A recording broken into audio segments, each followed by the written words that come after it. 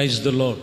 ప్రభు రక్షకుడైన యేసుక్రీస్తు ప్రశస్తమైన నామములో ఈ కార్యక్రమాలు వీక్షిస్తున్న మీ అందరికీ హృదయపూర్వకమైన వందనాలు తెలియజేస్తున్నాం. ఇప్పుడు పరిశుద్ధ గ్రంథములో నుంచి ఇర్మియా గ్రంథం 15వ అధ్యాయం 19వ వచనాన్ని చదువుతున్నాం. కాబట్టి యెహోవా ఇలాగూ సెలవిచ్చును, నా తట్టు తిరిగిన ఎడల నీవు నా సన్నిధి నిలిచినట్లు నేను నిన్ను తిరిగి రప్పించదను. ఇక్కడ ప్రభు చెబుతున్న మాటల్లో కాబట్టి దేవుడు సెలవిచ్చి ఉన్నది, నా తట్టు తిరిగిన ఎడల నీవు నా సన్నిధిని నిలిచి ఉంటావని, తిరిగి మరలా నేను వారిని రప్పిస్తానని చెప్తున్నాను. ఈరోజు ప్రభువుని నమ్ముకొని ప్రభు మాటలు వింటూ దేవునిలో నువ్వు నిలిచి ఉండాలి. దేవుని కోసం నడిచే వ్యక్తివా ఉండాలి. దేవుడి కొరకు నువ్వు తీర్మానము కలిగి నడుచుకోవాలి. నీవు ఆయన తట్టు తిరిగి ఉన్నావా, లేదా లోకం వైపే ఇంకా తిరగబడి ఉన్నదా మనస్సు? ఎందుకంటే ప్రసంగిలో ఒక మాట ఉంటుంది. ప్రసంగి గ్రంథములో 5వ అధ్యాయంలో 2వ వచనములో, నీవు నీ దేవుని సన్నిధి అనాలోచనగా పలుకటకు నీ హృదయము త్వరపడనీయక నీ నోటిని కాచుకొనుము.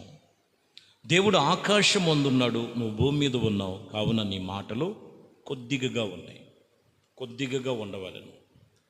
ఈ వాక్యములో దేవుని సన్నిధిలో అనాలోచనగా పలకూడదు, నీ హృదయములు త్వరపడనివ్వకూడదు. నువ్వు దేవుని సన్నిధిలో నిలబడాలి. అందుకంటే దేవుడు మందిరానికి వెళ్ళిన వారిలో తీసుకోవలసిన జాగ్రత్తలు ఇక్కడ జ్ఞాని అయిన సొలొమోను చెప్తాడు. నోటి మాటను జాగ్రత్త, నువ్వు చేసేటువంటి దేవుడికి ఇచ్చేది జాగ్రత్త, నీ ప్రవర్తన జాగ్రత్త అంటాడు. ఇక్కడ దేవుడి సన్నిధిలో మనము ఆయన తట్టు తిరిగి ఆయన సన్నిధిలో నిలబడాలి. నిలబడినట్లయితే దేవుడు నిన్ను ఘనత ఆశీర్వాదముతో నింపబడతాడు. ఆయనతో నీకు సహవాసం నిలిచి ఫలించే సహవాసముగా ఉందా, ఇది మనం గమనించాలి. 100వ కీర్తనలో 4వ వచనములో, కీర్తన గ్రంథం 100వ కీర్తన 4వ వచనంలో, కృతజ్ఞత అర్పణలు చెల్లించుచు ఆయన గుమ్మములోనికి ప్రవేశించుడి, కీర్తనలు పాడుడి, ఆయన ఆవరణములోనికి ప్రవేశించుడి, ఆయనను స్తుతించుడి, ఆయన నామమును ఘనపరచుడి. ఇక్కడ మీరు గమనించినట్లయితే వాక్యము చెబుతున్న మాటలో కీర్తనలు పాడుతూ ఆయన గుమ్మములోనికి మనం ప్రవేశించాలి, ఆయన ఆవరణములో ప్రవేశించాలి, ఆయనను స్తుతించాలి, ఆయన నామమును ఘనపరచాలి. దేవుడిలో నిలిచిన అనుభవం ఇది. అప్పుడు దేవుడిలో ఫలించే అనుభవంలోనికి వస్తాం. ఈరోజు మనం ఆయన సన్నిధిలో ఆయన తట్టు మనం తిరిగి ఆయనలో నిలిచేటువంటి అనుభవం ఇదే. ఒకటి, వ్యర్థముగా నీ హృదయమును త్వరపడనివ్వకూడదు. రెండోది, మనకెప్పటికప్పుడు కృతజ్ఞతాస్తుతులు చెల్లించి ఆయన మందిరములో ఆయన సన్నిధిలో మనం ప్రవేశించి ఆయనతో మనము ఒక నిబంధన కలిగిన వారముగా నడుచుకోవాలని వాక్యం ఇక్కడ చెప్తున్నమాట. జకరియా గ్రంథములో 3వ అధ్యాయము 7వ వచనంలో చదువుతున్నాం. సైన్యములకు అధిపతి అగు యెహోవా, సైన్యములకు అధిపతి అగు నా దేవుని యొక్క సన్నిధిలో యెహోవా సైన్యమును ఇదిగో మార్గములలో నడుచుచు నేను నీకు అప్పగించిన దానిని భద్రముగా గైకొనుచున్న ఎడల నీవు నా మందిరము మీద అధికారివై నా ఆవరణములలో ఇదిగో నీవు కాపాడబడుదువని దేవుడు వాక్యం ఇక్కడ చెప్తున్నమాట. అట్టి విషయములో అట్టి వారికి ఆయన సన్నిధి నిలుచును, భాగ్యమును కీర్తి కలుగుతుందని చెప్తున్నాడు.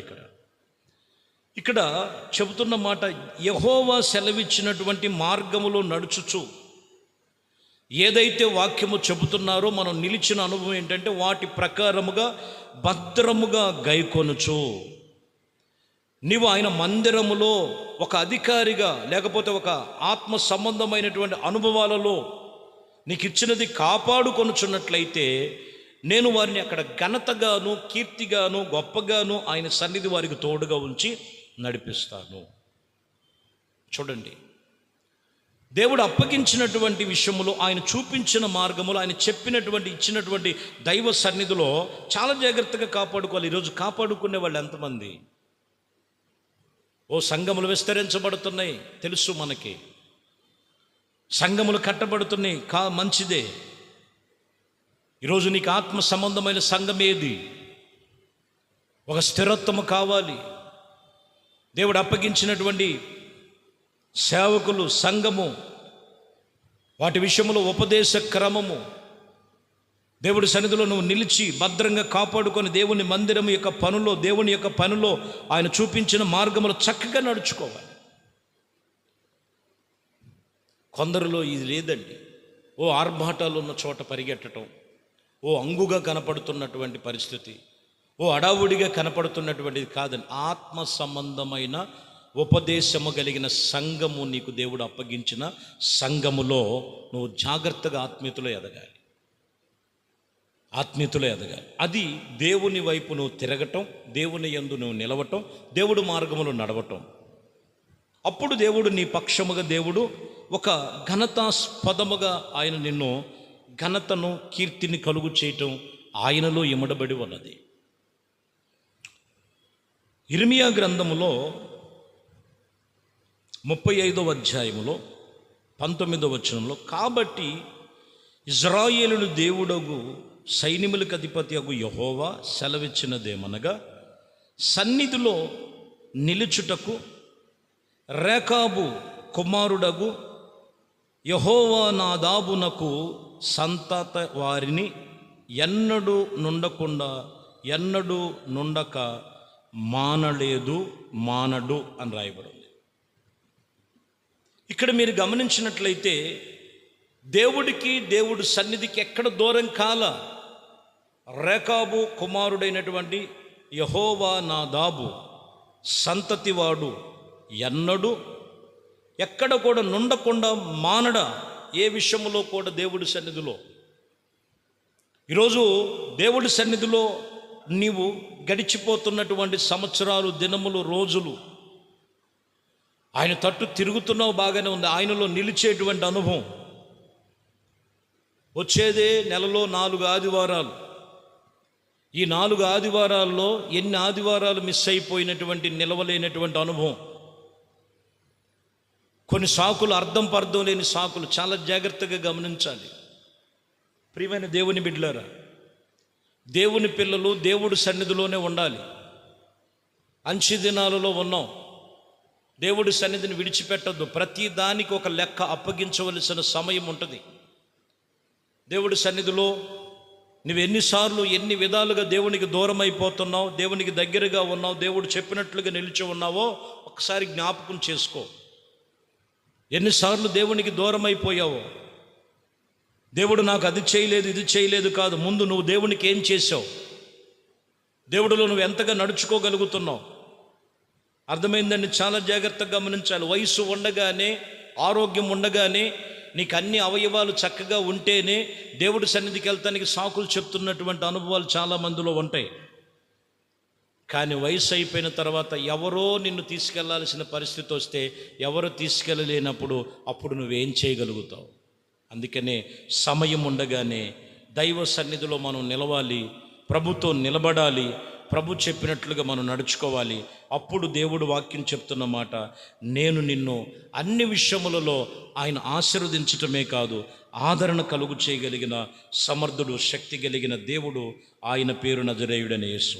కాబట్టి వాక్యం చెప్తున్న మాటలో ఇక్కడ మనము దీనవృద్ధాంతముల గ్రంథములో, 2వ దీనవృద్ధాంత గ్రంథములో 30వ అధ్యాయం 6వ వచనంలో, కావున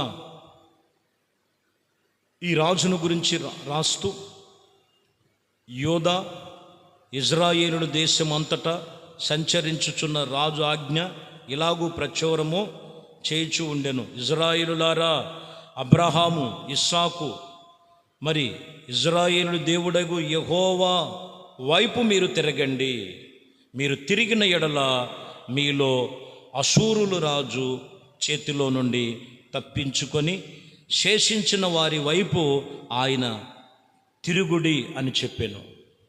ఇక్కడ ప్రాముఖ్యమైన మాట, యెహోవా వైపు తిరగండి, జీవము కలిగిన దేవుని వైపు తిరగండి, లోకం వైపు కాదు. మీ మీద తిరుగుబాటులు, మీ మీద లేనిపోయినటువంటి నిందలు, అవమానాలు, పరిస్థితులు అన్నిటి నుంచి అణిచివేయగలిగిన సర్వశక్తి కలిగిన దేవుని వైపు తిరగండి. మీకు శ్రేష్టమైన దీవెనలో మేలుతో నింపబడి ఆశీర్వాద ఫలములు నీకు కలుగుంటాయి. కాబట్టి వాక్యం చెప్తున్న మాట, ఆయన పరిశుద్ధ పర్వతం మీద యేసయ్యతో సహవాసం, ఆయన తట్టు మీరు తిరిగి ఆయనతో నిలవాలి. ఆయనతో నిలిచినట్లయితే ప్రభు మీ మీద కనికరం చూపిస్తున్నాడు, ఘనతకు ఎక్కిస్తాడు. ఆయన సన్నిధిలో శ్రేష్టమైనటువంటి దేవుడితో నిబంధన చేసుకొని తీర్మానం చేయి. ఎన్నిసార్లు ప్రభుకు దూరం అయిపోయావు? ప్రభువా, ఇక నేను దూరము కాదు, ఇక మీదట నేను ఒక తీర్మానం చేసుకుంటా, నీ వైపు తిరిగి నీ సన్నిధిలో నేను నిలిచే భాగ్యము ఎంతో గొప్పది నాకు అని తీర్మానం చేసుకొని ప్రార్థించాలి. ప్రార్థన. మహాపరిశుద్ధుడా, ప్రేమ స్వరూపి, దయగలిగిన మా ప్రభు, మీ శ్రేష్టమైన అతి పరిశుద్ధ నామమును బట్టి మీకు వందనాలు, స్తుతులు, స్తోత్రాలు. మీ కృపా, దయా సంకల్పమును ఈ ఉదయకాలము చేస్తున్న ప్రార్థనలన్నీ కూడా ఆలకించి ప్రతి ఒక్కరిని కూడా వారి మనస్సు మీ వైపు త్రిప్పండి. మీ సన్నిధిలో నిలిచే ధన్యత దయచేయండి. మీ వైపు నాయన తిరిగి ఎక్కడ మీరు ఇచ్చినటువంటి సన్నిధిలో, మందిరములో, సంఘములో ఎక్కడ కూడా నాయన దూరము కాక భయభక్తులు కలిగి భక్తి జీవితాన్ని జాగ్రత్తగా కొనసాగించేటువంటి రోజులయ్యే ఈ రోజులు. అటు రోజుల్లో జాగ్రత్తగా ఆత్మీయతను కాపాడుకొని మీ కృపలో ముందుకు కొనసాగటానికి సహాయం చేయమని, ఘనత, మహిమ, ప్రభావాలు మీకే పొందుకోమని నజరేయుడనే యేసుక్రీస్తు నామములో ప్రార్థించి వేడుకొనుచున్నాము తండ్రి. ఆమేన్. ప్రభు మిమ్మల్ని దీవించి ఆశీర్వదించునుగాక.